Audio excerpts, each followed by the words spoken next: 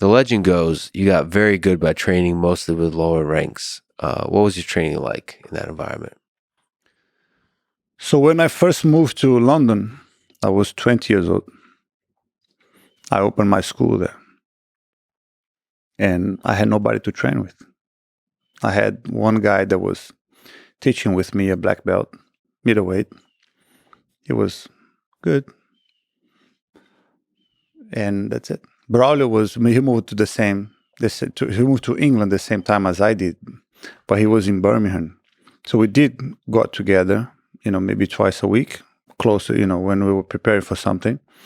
If not, then not very often. As often as we could, but let's say not that often. And I had just color belt students. There was no one high level. There was no one world champion in any belt to train. Then you need to create a scenario that can simulate, like a realistic fighting.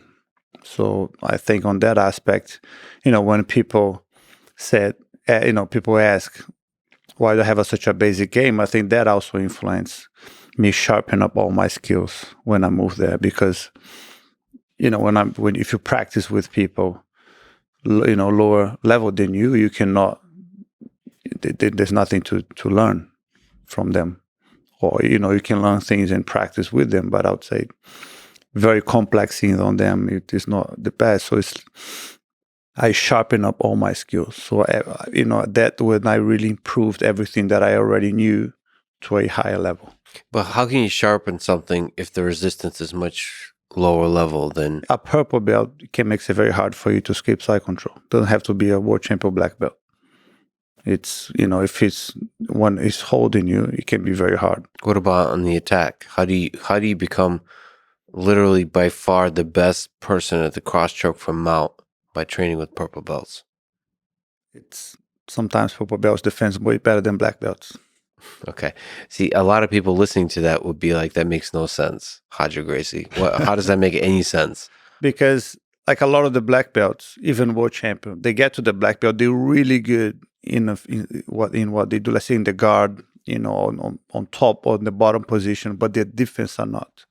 Like very, very few people, high level, have a very good defense because they don't practice. Yeah. Then that goes back to how you train. You can be very tough. Very tough will make you terrible defense because you're not going to practice your weakness. Mm-hmm. So your weakness is still going to be terrible. You're going to have the best guard in the world. Impossible to pass.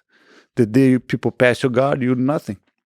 Like it's your guard is the highest level, but your side control defense are not. Mm-hmm. Your mount defense are not. So some purple belts, they practice this, the mount way more than that black belt did. So naturally, the defense is better. So they get to experience the defensive position much more. And especially training with you, they get really good at defending. Yeah. And then over and over again, you attack them with the same thing over and over again. They know what's coming. They will block. They will develop a defense over that. Yeah. Way better than most other high-level black belts. So both put yourself into really bad positions with lower ranks and just keep attacking in the same way over and over and over. Yeah. And with that, you were able to be at the top of the world, at the World Championships. Yeah. I mean, can you give some, what was the preparation like to a World Championship with the lower ranks? I mean... I did a lot of boxing, a lot of conditioning. No, but conditioning is a big part of it. Yeah, but the one thing that helped me extremely living in England, in London, was training judo at the Budokai in London. That helped me massively because it gave me the motivation to learn something new. Because by then at the Budokai, the stand-up was, I'm sure today it is too, but by then was even higher than it is today. Like there was some very high level judo guys training there. And the first time I went there, my stand-up was terrible compared to theirs. It was bad, but compared to them, it was terrible. So I was getting thrown like a child. And that motivated me to keep coming back and get better. So that made my jiu-jitsu much stronger. My base got better, my top game improved. My pressure game improved. Does Neil Adams train? Ray Stevens. Ray Stevens. I've never met Neil Adams. Have you met Neil Adams? No. He's the voice of judo. I don't know if you watch the tournaments. He's incredible. Yeah, Ray Stevens is silver medalist in the Olympics. He won European. He won a lot. So you did some judo training. What's your favorite throw? Like a soto? Like you don't Uchimata, I would say. If I would pick one.